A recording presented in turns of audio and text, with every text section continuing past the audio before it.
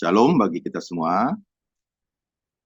Sebelum kita berdoa, kita mendengarkan renungan firman Tuhan yang terambil dari Yesaya 49 ayat 24 sampai 25. Saya bacakan untuk kita semua. Dapatkah direbut kembali jarahan dari pahlawan? Atau dapatkah lolos tawanan orang gagah? Sungguh, beginilah firman Tuhan. Tawanan pahlawan pun dapat direbut kembali, dan jarahan orang gagah dapat lolos, sebab aku sendiri akan melawan orang yang melawan engkau, dan aku sendiri akan menyelamatkan anak-anakmu. Puji Tuhan ya, firman Tuhan ini 700 tahun sebelum Yesus datang, nubuatan kedatangan Tuhan. Konteks firman Tuhan ini, Yesaya 49 ini adalah Sion dipulihkan. Sion berbicara adalah gereja Tuhan. Ya, kalau kita lihat konteks firman Tuhan ini, di mana bangsa Israel adalah bangsa pilihan Tuhan. Tetapi bagaimana perjalanan hidup mereka di dalam sejarah, kalau kita baca di Perjanjian Lama, mereka sering mengalami naik turun ketika mereka menyembah kepada Tuhan. Mereka mengalami kemenangan, mereka diberkati. Tapi ketika mereka menjauh dari Tuhan, mereka mengalami jarahan, dan hampir dikatakan mereka sering mengalami masalah-masalah yang berat. Sampai mereka menyalahkan Tuhan. Karena bangsa ini adalah bangsa pilihan. Sampai mereka nggak menyadari menyalahkan Tuhan. Makanya kalau kita baca di ayat 14, saya bacakan buat kita semua ayat 14, ayat 15. Sion berkata, Tuhan telah meninggalkan aku, dan Tuhanku telah melupakan aku.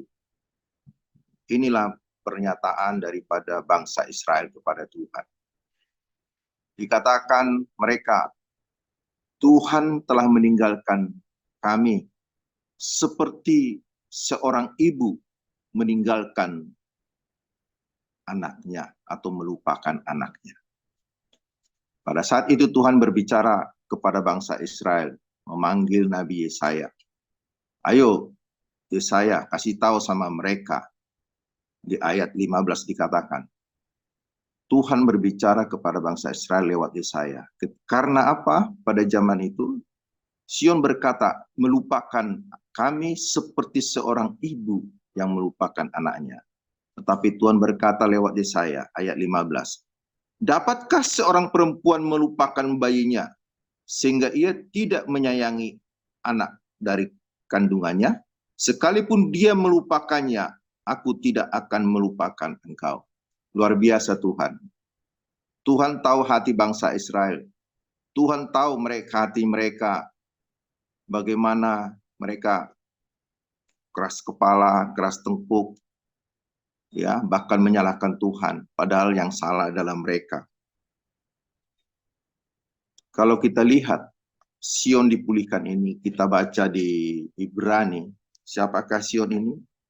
Luar biasa ya firman Tuhan di Ibrani, bahwa Sion itu adalah kita, orang percaya. Saya bacakan Ibrani 12 ayat 22. Tetapi kamu sudah datang ke Bukit Sion, ke kota Allah yang hidup, Yerusalem surgawi. Ayat 24, langsung saya bacakan B, ayat 24. Dan kepada Yesus pengantara perjanjian baru, dan kepada darah pemercikan yang berbicara lebih kuat daripada darah Habel. Jadi Sion di sini adalah bahwa 700 tahun sebelum Yesus datang, dia sudah berbicara bahwa Yesus akan menggenapi semua untuk dunia. Karena begitu besar kasih Allah akan dunia ini. Makanya dikatakan di sini dikatakan sungguh tawanan pahlawan pun dapat direbut kembali. Namanya pahlawan ya, apalagi orang gagah dikatakan tidak mungkin secara manusia bisa mengalahkan, merebut kembali jarahan mereka. Tetapi sungguh firman Tuhan dikatakan, digenapi pada zaman ini, bahwa Yesus di atas pahlawan, di atas orang gagah. Dia adalah pahlawan. Yesus adalah Tuhan yang perkasa. Dikatakan di Ibrani tadi bahwa Yesus pengantara perjanjian baru kepada pemercikan darah lebih kuat dari darah Habel. Kita tahu bahwa ketika Kain membunuh Habel, Tuhan berkata, darahnya menuntut kepada Tuhan untuk dibalas, dibunuh. Darah Habel menuntut pembalasan. Tetapi darah Yesus mengampuni. Mercy. Grace. Dia memberi pengampunan. Dan sudah dibuktikan 2000 tahun yang lalu. Di mana Yesus di atas kayu salib. Dia katakan, finish, sudah selesai. Darah Yesus, pemercikan darah Yesus adalah darah pengampunan. Tetapi darah Habel adalah darah penuntut pembalasan. Makanya dikatakan di perjanjian lama, kesalahan dosa akan dibalaskan kepada keturunan 3 bahkan 4. Tetapi darah Yesus, orang yang percaya kepada Dia, Tuhan mengampuni. Jadi ini kepada bangsa Israel, tetapi ini nubuatan juga kepada zaman ini. Kalau kita baca di ayat 8, Sion dipulihkan, saya bacakan. Beginilah firman Tuhan, pada waktu aku berkenan, aku akan menjawab. Dan pada hari aku menyelamatkan, aku akan menolong engkau. Ini dikutip oleh Rasul Paulus kalau kita baca di 2 Korintus 6 ayat 2, saya bacakan buat kita. Rasul Paulus mengutip firman Tuhan ini di 2 Korintus 6 ayat 2 dikatakan, sebab Allah berfirman, pada waktu aku berkenan, aku akan mendengarkan engkau.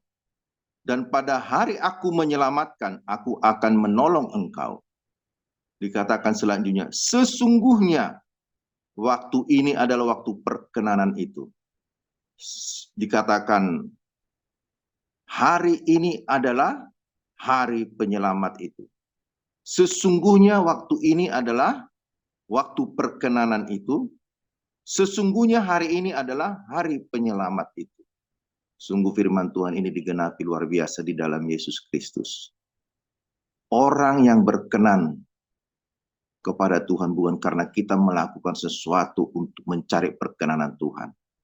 Tetapi dikatakan darah pemercikan memperkenankan kita kepada orang yang percaya kepada pekerjaan Yesus di atas kayu salib.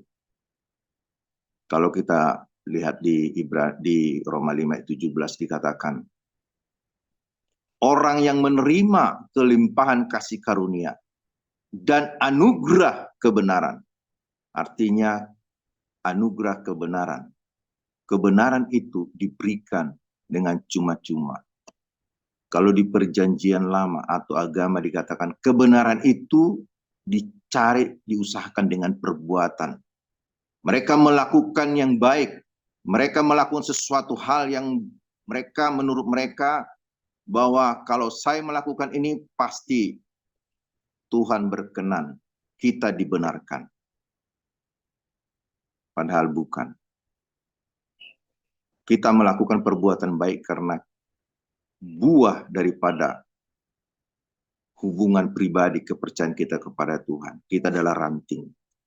Buah itu datangnya karena asupan dari pokok. Ranting berbuah. Jadi dikatakan di sini, sesungguhnya hari ini adalah hari perkenanan itu. Tuhan sudah memperkenankan kita oleh darah Yesus Kristus. Kita dibenarkan bukan karena melakukan hal-hal yang baik. Kalau kita mencari kebenaran untuk dengan melakukan sesuatu yang baik, itu bukan kebenaran.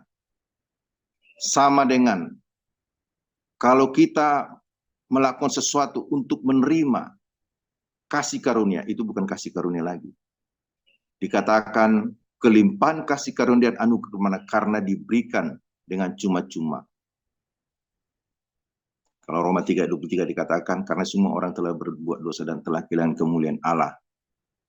Ayat 6, Roma 6 ayat 23 dikatakan upah dosa dalam maut, tetapi kasih karunia diberikan kepada kita dengan cuma-cuma. Mari Bapak Ibu kita yakinkan bahwa hari ini adalah hari perkenanan Tuhan. Siapa yang percaya kepada Dia, dia sudah menerima perkenanan itu. Karena apa? Diberikan dengan cuma-cuma. Dianugerahkan kepada kita perkenanan itu. Karena apa? Kita ada di dalam Yesus Kristus. Kalau kita di luar Yesus, kita tidak berkenan. Tetapi karena kita ada di dalam Yesus Kristus, kita diperkenankan. Karena apa? Bapa memperkenankan Yesus karena Dia sudah mengerjakan pekerjaan yang Bapa inginkan adalah untuk penyelamatan bagi mereka yang percaya. Dan mari kita yakinkan doa pagi hari ini. Dapatkah direbut tawanan pahlawan atau orang gagah? Kita punya Tuhan di atas segala, bahkan dikatakan di Efesus 1, segala sesuatu sudah ditaruh di bawah kaki Yesus. 1 Yohanes 4 ayat 17 dikatakan bahwa sebagaimana Yesus ada di sorga, demikianlah kita di bumi ini. Luar biasa. Kita tubuh Kristus, sebagaimana Yesus di sorga. Dia adalah pembela kita. Dia tahu apa yang kita doakan pagi hari ini. Demikianlah kita. Artinya apa? Apa yang kita ikat, terikat di sorga. Apa yang kita lepaskan, terlepas di bumi ini, terlepas juga dari sorga. Ketika kita mendoakan bangsa ini, supaya dilepaskan daripada ikatan-ikatan ilah zaman ini. Kita percaya roh yang ada pada kita mengerjakan sesuatu yang besar, yaitu doa-doa yang luar biasa di pagi hari ini. Kita percaya apa yang kita doakan, bahwa kita adalah dikatakan orang benar. Doa orang benar besar kuasanya. Kita dibenarkan karena darah Yesus Kristus. Kita diperkenankan. Makanya dikatakan Rasul Paulus dikit, sesungguhnya hari ini adalah hari perkenanan. Ketika aku menyelamatkan, aku menolong engkau. Yesus sudah menyelamatkan kita. Yesus sudah memperkenankan kita. Jadi kita tidak ragu datang lagi kepada Dia. Ibrani 4 ayat 16 dikatakan, mari kita datang ke tahta kasih karunia. Yesus sudah menyediakan. Apa yang kita doakan hari ini untuk bangsa, kota, bahkan jiwa-jiwa yang terikat, yang ditawan oleh pahlawan, dikatakan kuasa jahat itu. Tapi Yesus berkata, aku lebih daripada orang-orang perkasa. Yesus di atas orang-orang pahlawan. Bahwa dikatakan, Yesus adalah Tuhan Allah kita, Allah yang perkasa. Yakinkan bahwa kita adalah orang diperkenankan. Roma 5 ayat 1 dikatakan, sebab itu kita yang dibenarkan karena iman di dalam Yesus Kristus. Kita diperdamaikan dengan Dia. Kita yang dibenarkan. Dan Roma 8 dikatakan, orang yang ada di dalam Kristus Yesus tidak ada lagi penghakiman, penghukuman. Yesus datang menyelamatkan. Dan kita percaya kita punya roh Allah yang ada di dalam kita. Lebih besar daripada roh yang ada di dunia ini. Kita berdoa karena kita yakin kita adalah orang yang dibenarkan karena iman. Doa orang benar, besar kuasanya. Karena apa? Karena kita punya Tuhan, pembela kita sebelah kanan Allah Bapa. Sebagaimana Yesus ada di sebelah kanan Allah Bapa, demikianlah kita di bumi ini. Kita adalah imamat yang rajani bagi Dia. Kita adalah raja-raja bagi Allah Bapa. Apa yang diperkatakan seorang raja, satu keputusan terlaksana. Demikianlah doa kita pagi hari ini. Kita deklarasikan. Apa yang kita perkatakan, kita lepaskan supaya di sorga terlepas juga. Dan semua apapun yang terjadi yang nyata sekarang di Indonesia, di kota kita, dunia bukan semakin terang tapi semakin gelap. Tetapi semakin gelap, firman Tuhan katakan, terang Tuhan terbit atas kita. Mari kita Bapak Ibu, begitu Tuhan mengasihi kita, begitu Dia melakukan perbuatan-perbuatan yang besar lewat gereja Tuhan, lewat doa-doa kita adalah doa-doa yang powerful, doa-doa yang dikatakan aku akan menjawab. Saya bacakan sekali lagi 2 Korintus 6. Pada waktu aku berkenan, aku akan mendengarkan engkau. Dan pada hari aku menyelamatkan, aku akan menolong engkau. Sesungguhnya waktu ini adalah waktu perkenanan itu. Sesungguhnya hari ini adalah hari penyelamat itu. Puji Tuhan.